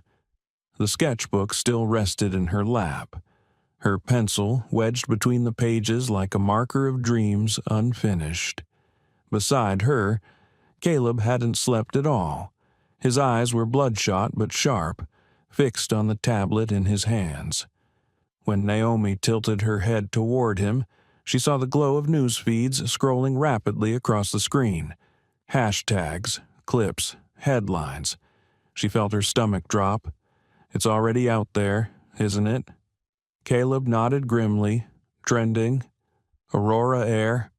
Row 42. Videos of Evelyn being escorted off. Jonathan calling Monica out. Even us walking down the aisle back to first class. Naomi's throat tightened. The thought of millions of strangers watching her humiliation and vindication play out on tiny glowing screens made her chest ache. Do they know who we are? Caleb hesitated, then turned the tablet so she could see. Her breath caught. A headline blared across the screen: CEO's children humiliated in first-class Aurora, airlines faces reckoning at 30,000 feet. Naomi covered her mouth, her pulse racing. Oh, God. Caleb's voice was steady, though the tension in his shoulders betrayed him. It was inevitable. Once Jonathan said Dad's name in front of everyone, it was only a matter of time. Naomi leaned back, her eyes closing. I didn't want this. Caleb turned to her, his voice softer now. Maybe not, but maybe it's what's needed. The captain's voice interrupted their thoughts.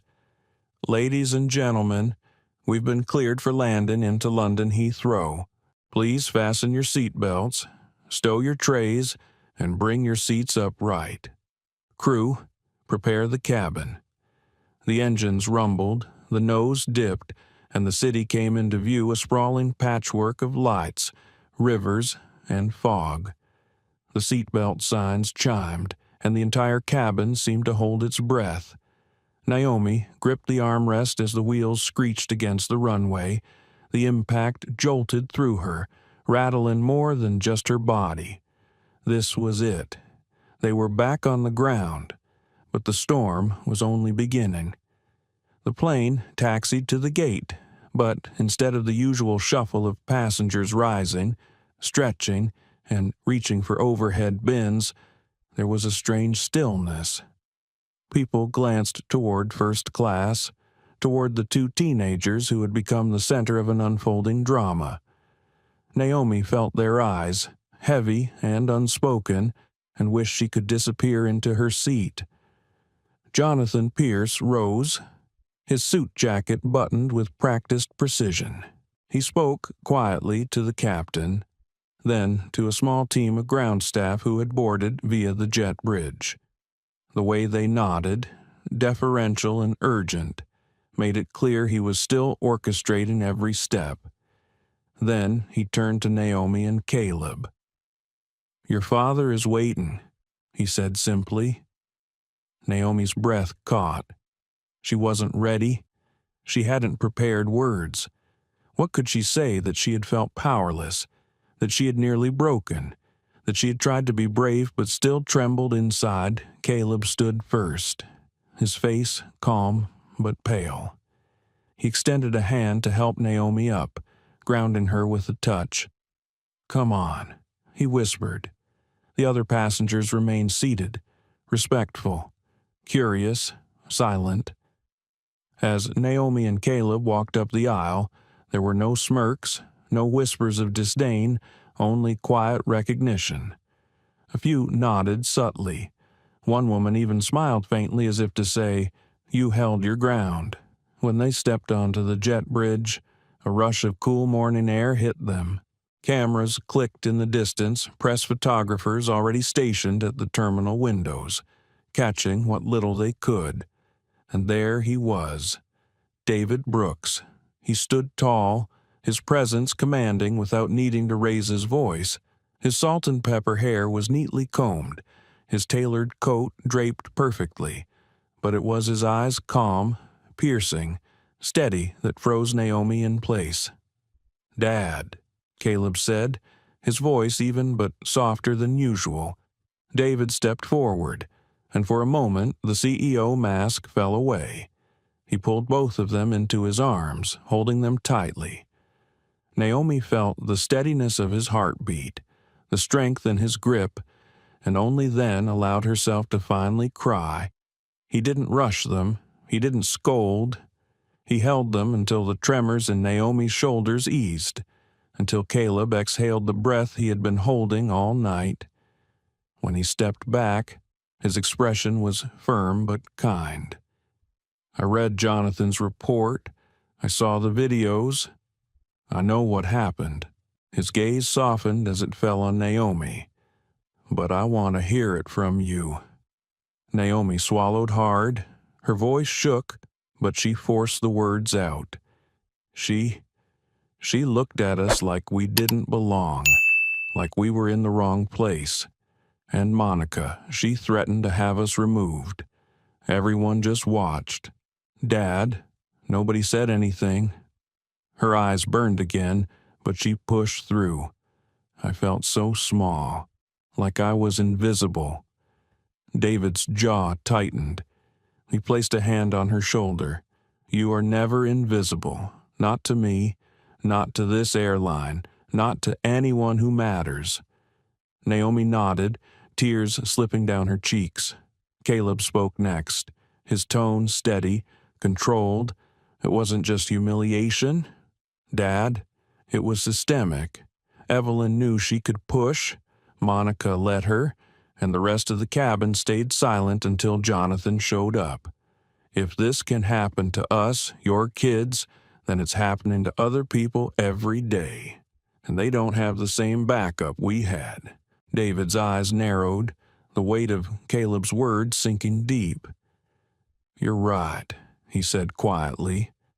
And that's why this won't be buried. This isn't just a mistake, it's a mirror, and we're going to face what it shows us.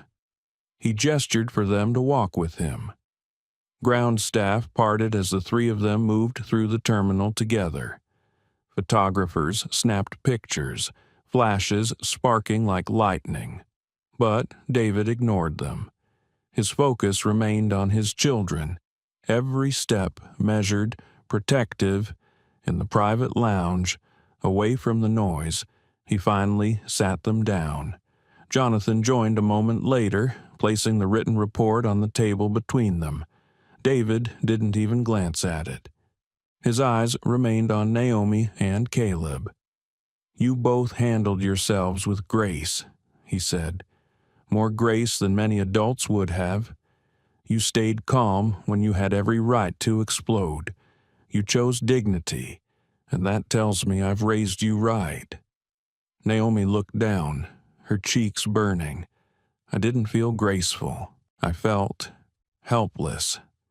David shook his head. Strength doesn't mean you never feel weak. It means you keep your head even when others try to strip your dignity away. And you both did that. Caleb leaned forward, his tone firm. So what happens now? David's lips pressed into a thin line. Now he glanced briefly at Jonathan, then back at them. Now, we make sure no one ever goes through this again. Not on my airline, not on my watch. The certainty in his voice sent a chill through Naomi. It wasn't loud, it wasn't dramatic, but it was absolute.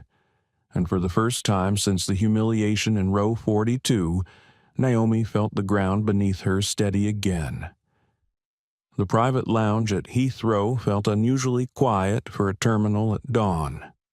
Sunlight spilled across polished floors, catching the edges of scattered documents and the faint scent of coffee. Naomi sank into a leather armchair, hugging her knees, while Caleb perched opposite, legs crossed, eyes fixed on the quiet hum of the air conditioning. For a moment, the world felt suspended. Naomi's mind replayed every face, every whisper, every tense second aboard Aurora Flight 762. The humiliation, the stares, the quiet judgment of strangers, it all surged back in a wave. Her hands trembled slightly as she clasped them around her knees. I can't stop seeing it, she whispered, voice tight, the way she looked at us, like we were invisible. Caleb tilted his head, his sharp eyes softening. I know. I keep replaying it, too. But we've been through worse than the moment they wanted a reaction, and we didn't give it. That matters. Naomi exhaled, leaning back into the chair, trying to anchor herself. It feels like everyone online has already decided who we are and what this means. Mom's phone won't stop buzzing. Dad's assistants keep calling. It's overwhelming. Caleb nodded. It's going to be, but we also have an opportunity here. People are watching. They're paying attention, and we can use that. Naomi turned toward him, eyebrows furrowed. Use it. How Caleb's voice lowered, calm but determined. To change things, to make sure no one else feels powerless on a flight or in any public space. This isn't just about us, it's about everyone who doesn't have a CEO dad to step in. Naomi's chest tightened, a mix of fear and resolve warring inside her. She wanted to retreat, to hide in her sketchbook and pretend this never happened. But she also wanted to step into the light, to turn the humiliation into something meaningful. Before she could respond, the door opened. David Brooks entered, his coat hanging loosely over his arm. His presence immediately filled the room, a mixture of authority and calm that seemed to make the air itself more solid. "You've both had some time to process," he said gently, though there was an unmistakable steel underneath. "I need your input before I call the emergency executive meeting. This isn't just about a viral incident. It's a reflection of our airline's culture." Naomi and Caleb exchanged a glance.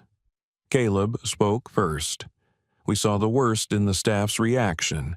No intervention, just silence. And when Monica threatened to remove us, it was only Jonathan stepping in that prevented escalation. "There's a systemic failure here, Dad." David nodded. "Exactly. And that's what we're going to address. But first, I need you both to tell me, in your own words, how you experienced it." Naomi's voice trembled slightly, but she forced herself to meet his gaze. It felt like the air around us was judging us, testing if we belonged. The more we tried to stay calm, the heavier the stares felt, and the more we stayed calm, the more it seemed she wanted to push further. It wasn't just a fight for first class, it was a fight for dignity. David's eyes softened. "I hear you," and Caleb's tone was steady, thoughtful. I felt responsibility. I felt that even though it was happening to us, it was larger than us. This is about the invisible rules that make people feel less than unworthy. It's about accountability and about what happens when bystanders stay silent. David nodded again, as if filing each word in the part of his mind reserved for immediate action. "Well said. That's exactly why this will not be swept under the rug. I'm calling an emergency executive meeting in 2 hours. Every department head will attend. We will review our policies, our training, and our protocols. And Naomi, Caleb, your experiences will guide the conversation." Naomi felt a surge of something unfamiliar: pride, fear, and responsibility all intertwined. I don't know if I'm ready to speak in front of them." David smiled softly. "You won't be alone. I'll be with you, and I promise, your voice matters more than their discomfort." Caleb reached over, giving Naomi's hand a brief squeeze. "We can do this together. Dad believes in us. I believe in us." The lounge door opened again, and Jonathan Pierce entered, carrying a stack of folders and a laptop. He was composed, professional, yet there was a flicker of respect in his eyes as he looked at Naomi and Caleb. I've compiled all relevant flight reports, cabin camera footage, and passenger statements. This will give the board a complete picture of the incident and help guide policy revisions. David acknowledged him with a brief nod. Excellent work, Jonathan. Now, let's prepare. Naomi, Caleb, I want you to write down the moments that felt critical, the micro-interactions, the stares, the words. Every detail helps. This is not just about accountability, but about creating real change. Naomi pulled her sketchbook closer, flipping to a blank page. But instead of pencils, she found herself writing. Her handwriting, usually reserved for doodles and sketches, now bore witness to her experience. Every emotion, every fleeting thought, every pang of doubt and fear, she recorded it meticulously. Caleb, sitting beside her, typed on the tablet. His notes were precise, analytical, but he too added reflections on the emotional weight of the events. He captured not just what happened, but what it felt like to navigate the oppressive atmosphere and the quiet complicity of bystanders. David watched silently, proud. Good. You're doing exactly what this needs bearing witness. Transforming your experience into lessons for others. Hours passed in the quiet hum of preparation. Naomi found herself repeatedly pausing, rereading her words, and wondering if she had the courage to speak them aloud. Caleb noticed and placed a hand lightly on her shoulder. You can. You have to. Not just for you, but for everyone else who might face this. Finally, the time came. The boardroom of Aurora Airlines was a stark contrast to the quiet lounge. Long, polished tables, leather chairs, the faint scent of coffee and anticipation. Executives filed in, murmuring in clusters, some exchanging glances over the incident that had already gone viral. Cameras were discreetly set up to capture the proceedings, though no one yet understood the full weight of what was about to unfold. David called the room to order. His presence commanded silence. Today is not just about an incident on a single flight. It's about culture. It's about accountability. And it's about dignity. He turned toward Naomi and Caleb. My children have experienced something deeply troubling. They have faced humiliation, prejudice, and the indifference of bystanders, and yet they chose to remain calm. They chose dignity. I want them to share their experience with all of you. Naomi's hands shook slightly as she stood. Caleb beside her for support. She took a deep breath and began, recounting the moments aboard the plane, the stares, the threats, and the emotional weight of being judged for something beyond their control. She didn't flinch, even when a few executives shifted uncomfortably. Caleb followed, adding his reflections on systemic failure and the responsibility of bystanders. He spoke clearly, logically, but with a quiet intensity that held the room's attention. By the end, the silence was palpable. No one spoke immediately. Then David broke the quiet. This is why we are implementing the Brooks Mandate mandatory diversity and sensitivity training for all staff, a zero-tolerance policy for discrimination, and clear protocols to protect passenger dignity. This isn't just policy. It's our commitment to every person who chooses to fly with Aurora Airlines. Applause broke out, genuine and strong. Naomi felt a warmth spread through her chest. They had turned humiliation into purpose. They had taken the storm and channeled it into change. The afternoon light filtered through the glass walls of the Aurora headquarters, soft and cool, like the quiet after rain. Naomi stood in her father's office, her sketch of row 42 framed on the wall behind his desk. The lines were darker in person, the weight of graphite visible even from across the room. Two small silhouettes pressed into a narrow space. At the top, a widening glow. It was not pretty, it was true. David Brooks read the last page of a printed memo, then set it down with care.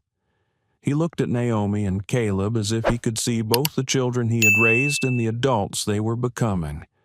Pride flickered there. So did a steady resolve. "We are ready," he said. Caleb nodded, hands folded, posture calm. He had slept only a few hours since the meeting, yet he looked alert. The tiredness showed in his eyes, not in his voice. He had been working with Jonathan and the executive team on the first phase of the Brooks mandate. He knew the milestones, he knew the gaps, he knew where resistance would come from. In quiet comments and polite delays, he was ready for all of it. Naomi stood close enough to rest her fingers on the windowsill. The city stretched out below, humming and unbothered. She thought about the cabin of Flight 762, about the silence that had pressed down when she and Caleb walked that long aisle to row 42.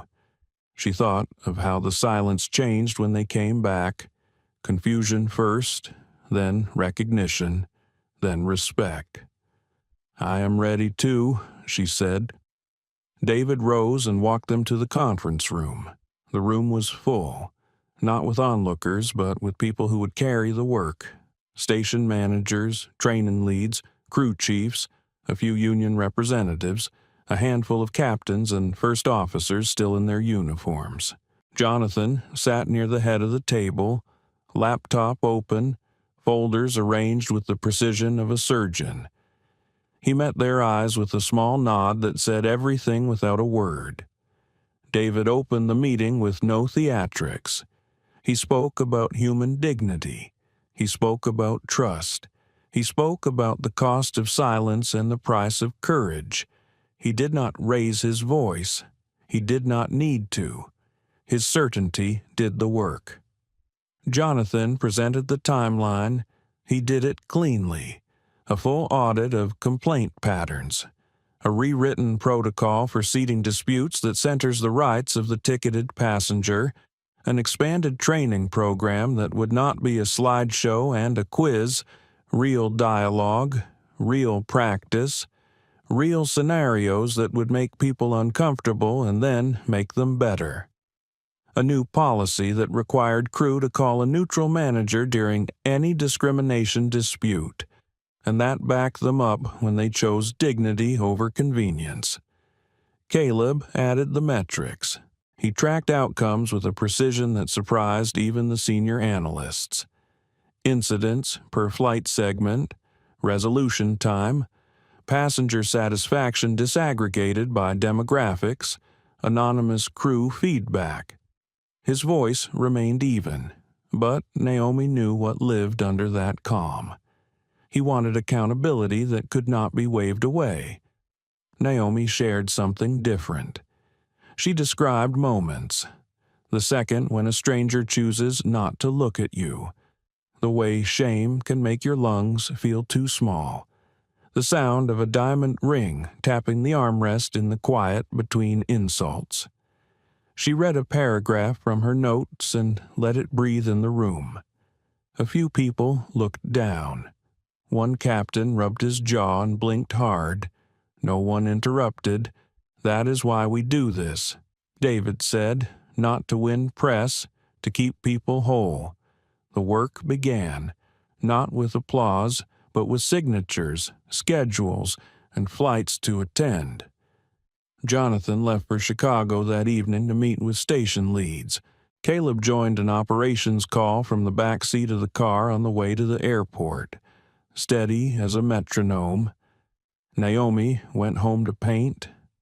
Weeks passed. Clips from Flight 762 kept echoing online, then settled into the larger conversation about travel and fairness and who gets to belong. Reporters called, commentators argued. To Naomi, none of that felt like the point anymore. The point was a different kind of echo. The point was what began happening quietly on flights she would never see.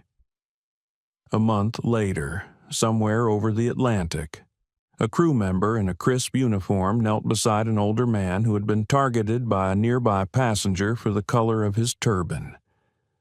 The crew member apologized to the man first. Then, with a calm voice and a steady chin, reminded the instigator of Aurora's policy and of the consequences of ignoring it. No shouting followed. The instigator quieted. The older man relaxed his shoulders.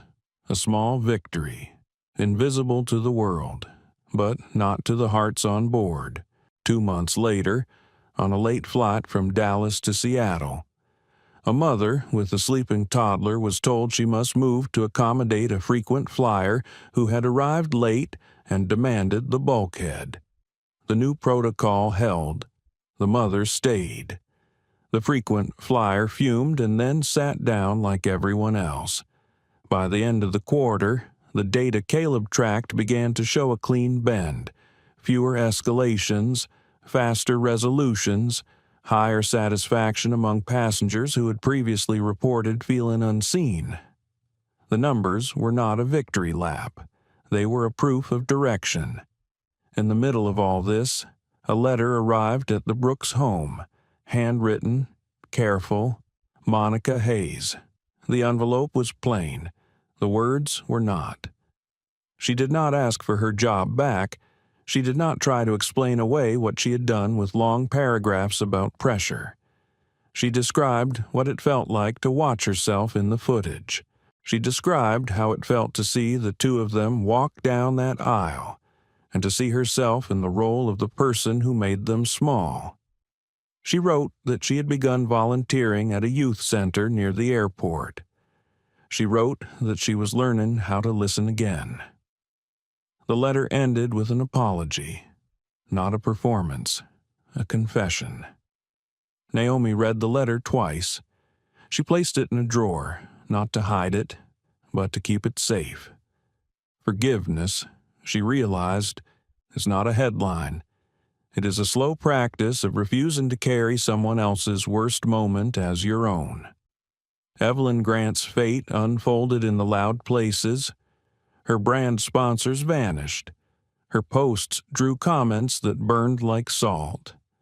She posted an apology that sounded more like a press release than a reckoning. The world moved on without her. Naomi felt no joy watching that fall. She felt only the strange quiet of a lesson that had been available long before the cameras ever found its subject. Humility cannot be borrowed from a crisis. It must be learned in the ordinary light of days. The most meaningful changes did not happen on screens or in reports. They happened in rooms. Naomi noticed the difference the first time she visited an Aurora training session to observe. There was no stage. Chairs sat in a circle. A ramp agent spoke about a time he froze because he feared getting it wrong. A new hire said she had never known a company to talk so clearly about bias without pretending the topic had already been solved. A pilot described a moment when he chose to stand between a passenger and a bad story. The instructor did not lecture. He asked for truths. People offered them. Naomi felt something crack open. Not anger, not grief, a space where the worst thing that happened to you could be turned into a promise. She went home and painted a wide canvas. 2 figures at the back of a cabin, heads high, even with tears in their eyes. Light gathering at the front like a tide that refused to recede. Months later, a small gallery in Shoreditch hosted her first show. She titled the series Seat 3A, Row 42. People stood in front of the work and did not talk for a few minutes. Then they did. An art critic wrote that the paintings were not really about an airline or a cabin. They were about breath, about the way breath tightens when someone makes you feel small, and about the long exhale that follows courage. Caleb took a different canvas. He accepted an internship that kept him on the move between training centers, crew lounges, and hangars. He carried a tablet and a notebook. He asked questions without pride. He rode the tug with ground crews at midnight. He watched agents handle a baggage jam without losing patience with the family whose suitcases were involved. He learned that culture is not a memo. It is a conversation repeated so often that it becomes instinct. He kept sending David updates, not dramatic ones. Notes about small choices that saved hours. Notes about a supervisor who changed a shift practice so a single parent could make pickup. Notes about a flight attendant who quietly asked a teenage boy if he wanted to sit near his sister after she saw him glancing back 3 times during boarding. These were not heroics. They were ordinary acts of attention. They add up, he wrote. One evening, after a long day. David stood alone in his office and looked at Naomi's framed drawing again. He thought about how the company he led was both a machine and a promise. Engines are easy to measure. Promises are not. He thought about the moment on the tarmac when Jonathan called to say the plane had been held. He thought about the pause before he said proceed. He realized that leadership is often a permission slip for the right thing to happen faster. He texted Jonathan, "Keep going." Then he texted both of his children, "Proud of you." Sleep. A year passed. It did not erase the memory of row 42. It gave it context. The Brooks mandate became simply the way Aurora trained. Other airlines called. Some copied parts. Some asked for the whole program.